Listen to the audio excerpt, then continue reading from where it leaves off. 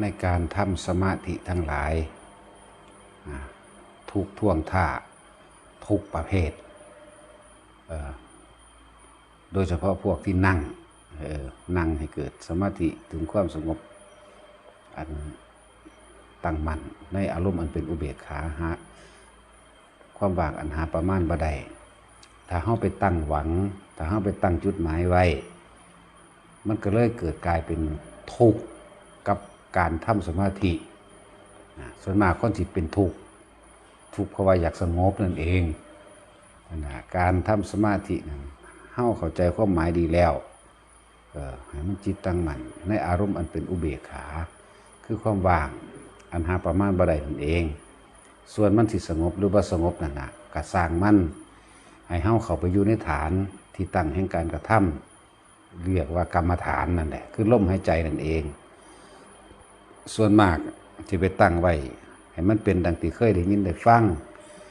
มันก็เลยทุกข์กับความไปหวังไว้ว่าจะต้องเป็นจังซั่นเป็นจังซี่คันนั้นคันนี้และบางคนก็มีความตั้งหวังไว้ในการอยากดูอยากเห็นนั่นนี่อยากมีหูทิพย์อยากมีตาทิพย์ อยากรู้วรจิตคนหลายๆอย่างที่ว่าไปนั่นอันนี้ถ้าเฮาสิตำนี้กับตำนี้เพราะว่าบ่แม่นตำนี้เพื่อว่ามันเป็นทางผิดว่ามันเป็นอหยังดอกเพียงแต่ว่ามันเนินซ่าในความเข้าไปหลงในอุปจารสมาธิไปฆ่าวิตกวิจารโยหันเป็นของที่เนินช้าควรหันหน้าเข้าสู่โลกุตตรธรรมนั่นเองอันมันเป็นของสูงสุดก็คือความว่างนั่นแหละ บ่ได้ตำหนิในลักษณะว่าดูถูกหรือยืนยันตัดสินว่าผิดว่าถูกดอกบ่ได้จังสั้นเพียงแต่ว่ามันเป็นการเนิ่นช้าเพราะว่าอีหยังก็แล้วแต่เถอะบ่ว่าสิเป็นหูทิพย์สิเป็นตาทิพย์สิเป็นการดูวรกิจสิหูจัก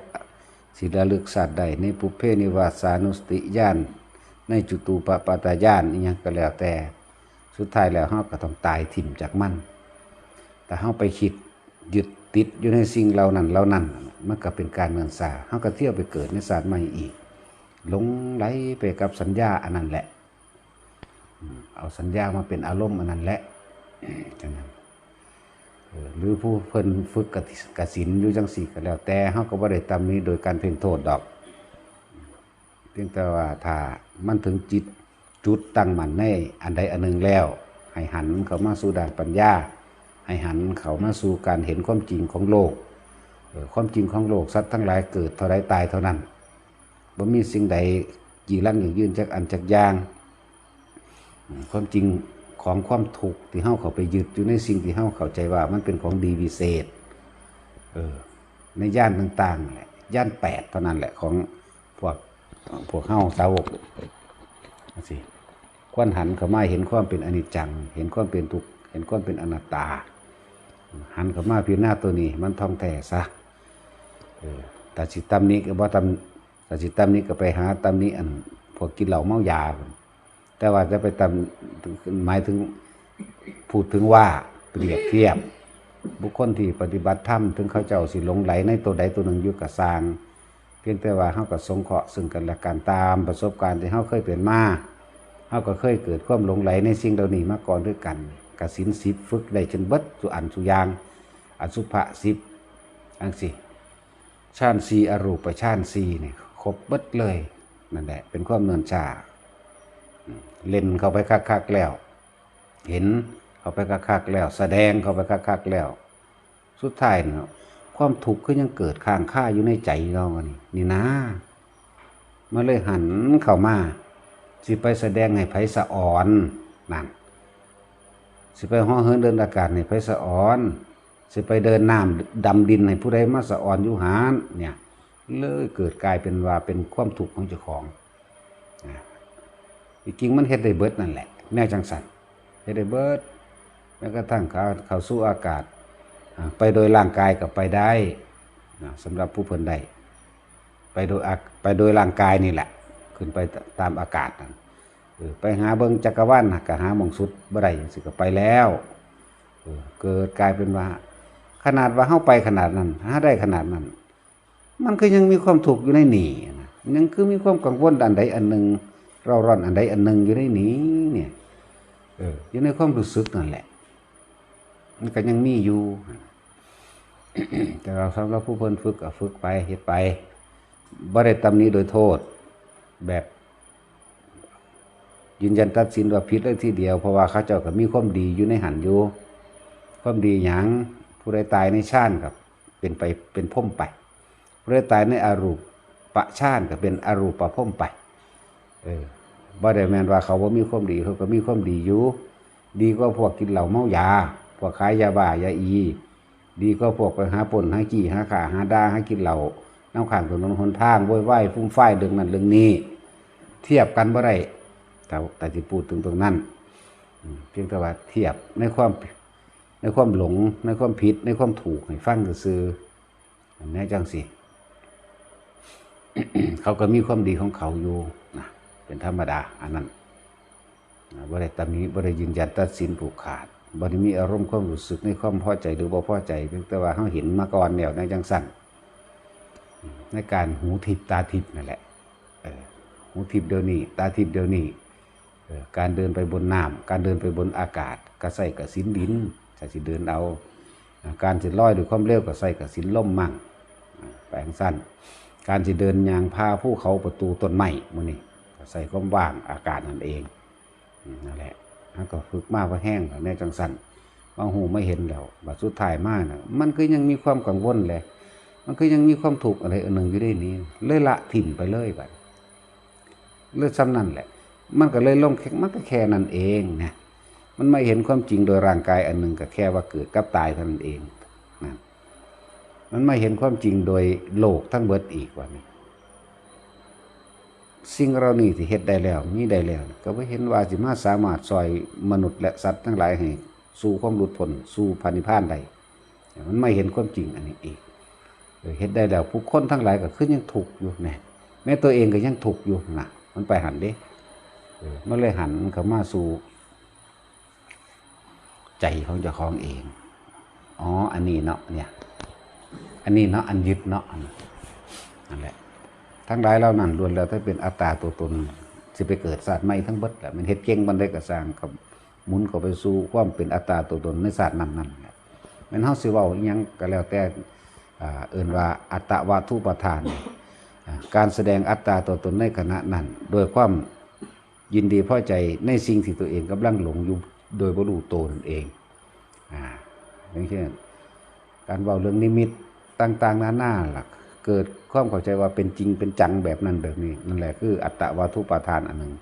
การแสดงความเป็นตัวตนที่เจ้าของก็บ่เข้าใจที่เจ้าของก็เอิ้นว่าหลงนั่นแหละมันว่าแม่นอัตตาตัวตนในขณะนั้นเด้อัตตาตัวตนแม้กระทั่งในศีรษะหน้าอีกคนดีว่าธรรมดาเด้มันปรุงเข้าไปฮอดพุ่นล่ะแล้วก็การปฏิบัติธรรมทั้งเบิดเฮาหันเข้ามาเรื่องของการปฏิบัติธรรมทั้งเบิดแล้วมันบ่มีผิดแล้วมันก็บ่มีถูกถ้าผู้ใดยังตำหนิในความมีผิดและความมีถูกโดยอารมณ์ยืนยันตัดสินโดยอารมณ์ความรู้สึกกลับไปเกิดตามผิดเกิดตามถูกนั่นแหละอารมณ์เจ้าของยึดตัวใดไว้กลับไปเกิดตามอารมณ์ความมั่นใจว่าเจ้าของถูกหรือความมั่นใจว่าเขาผิดมันนั่นแหละจริงๆกับอัตตาตัวตนในตนคือเก่าเด้เป็นการแสดงอัตตาตัวตนอีกอันหนึ่งได้ก็ดีนะหลายอย่าง ให้พวกเข้าจังว่าเข้าใจแล้วฟังดีแล้วคิดพิจารณาดีแล้วให้ว่างทั้งเบิดได้ป่ะเนี่ยในการนั่งสมาธิว่าต้องไปตั้งจุดหมายไว้ว่าต้องสงบแบบนั้นแบบนี้แต่ว่าให้อยู่ในปัจจุบันฐานที่ตั้งแห่งการกระทำอันสูงสุดโดยจิตเจตนาของเฮาคือจับลมหายใจนั่นเองหายใจเข้าพุทหายใจออกโทอยู่พอสนั่นอีหยังสิเกิดขึ้นกะรู้นะรู้เกิดขึ้นทั้งกายก็ให้มันรู้สึกทั้งกายนั่นแหละถ้ามันสิมีความสงสัยอยู่ก็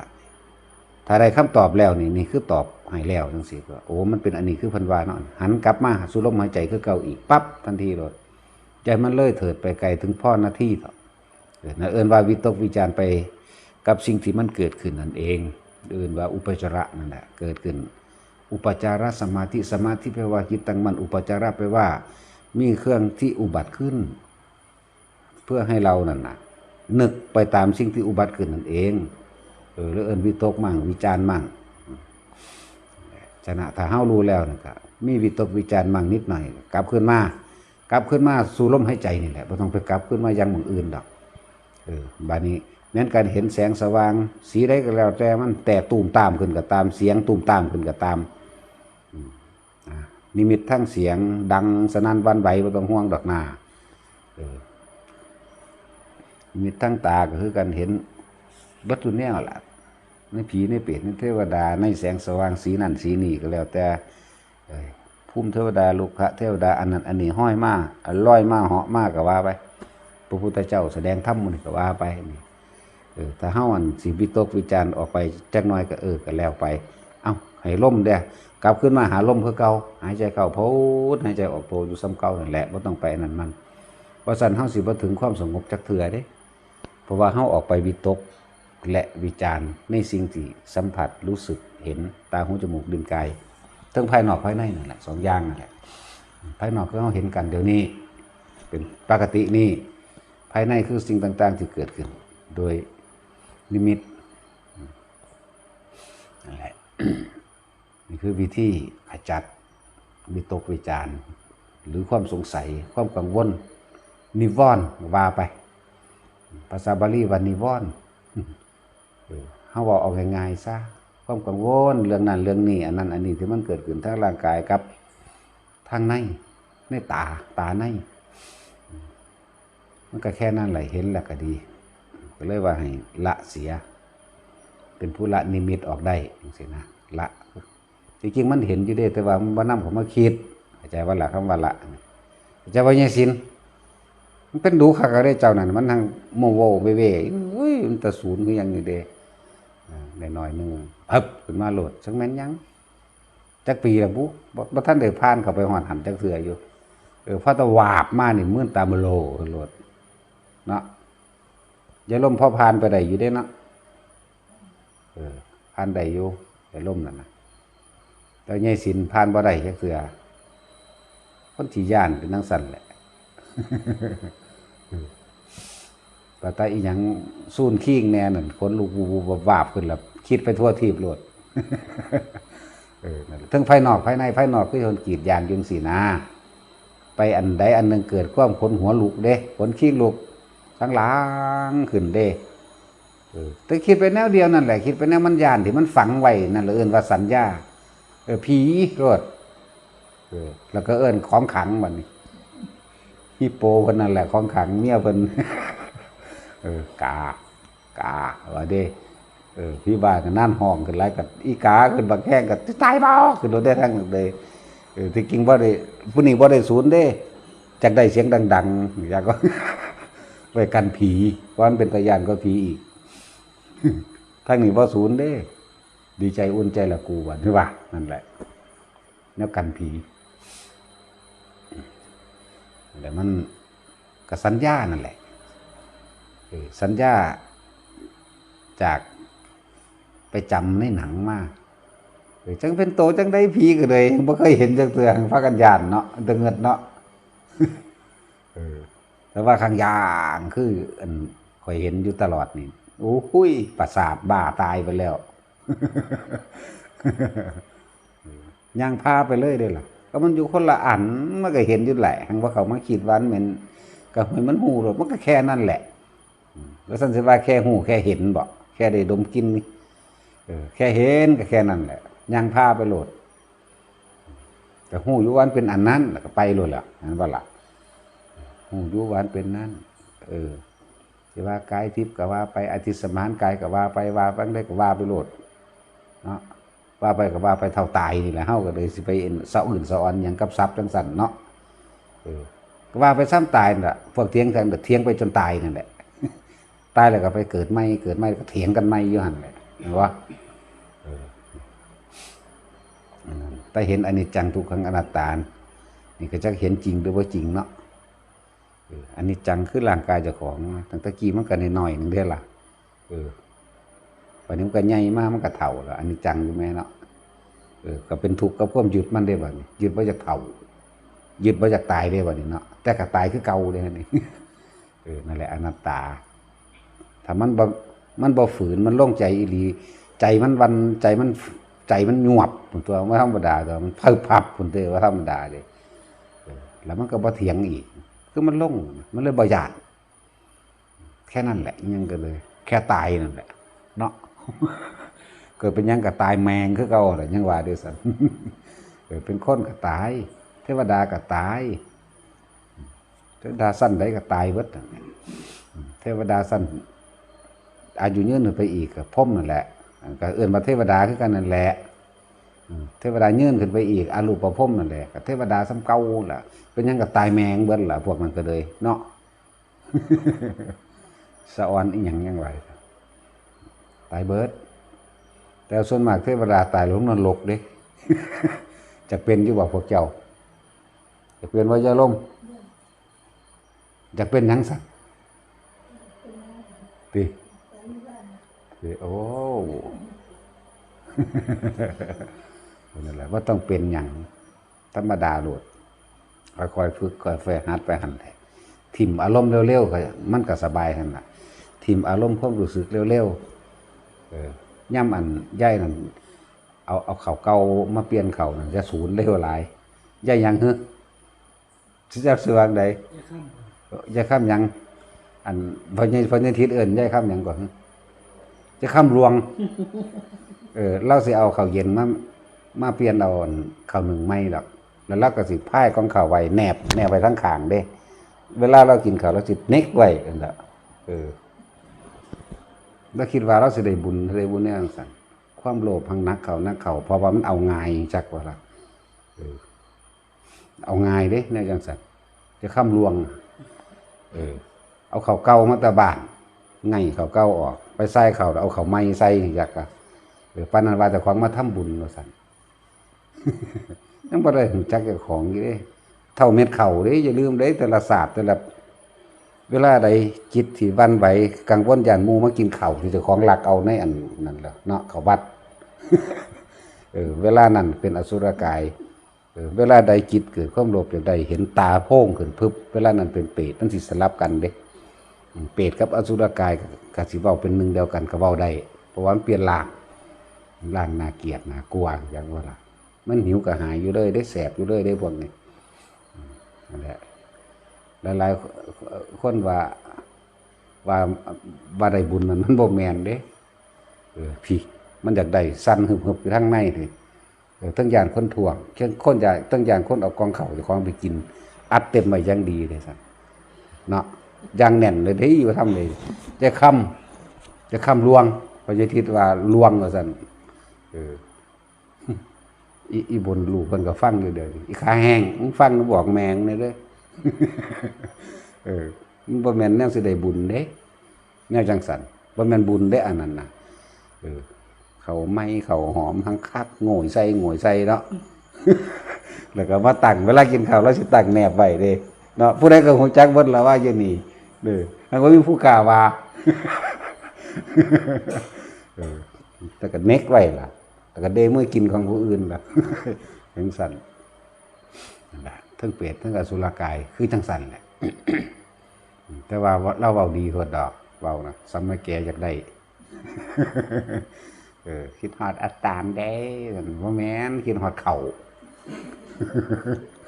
ฮอดเข่ากับเรื่องกินมันหลายเลยครับเนาะ พออยู่ได้น้ำอัตตานี่แหละว่าเด้มานี่ผู้ขาโอ้ยอยากได้ตะน้ำว่าเด้วันนี้ก็เข้าได้แล้วมันก็ต้องได้น้ำไปกินตื้มมันเนาะมันบ่ขังดอก แล้วล่ะอีอันคายแห่งเอาแมงฟังในเด้อค่ำนี่เด้อ เทศบ่ยาวดอกไปเมื่อพ่อว่านี่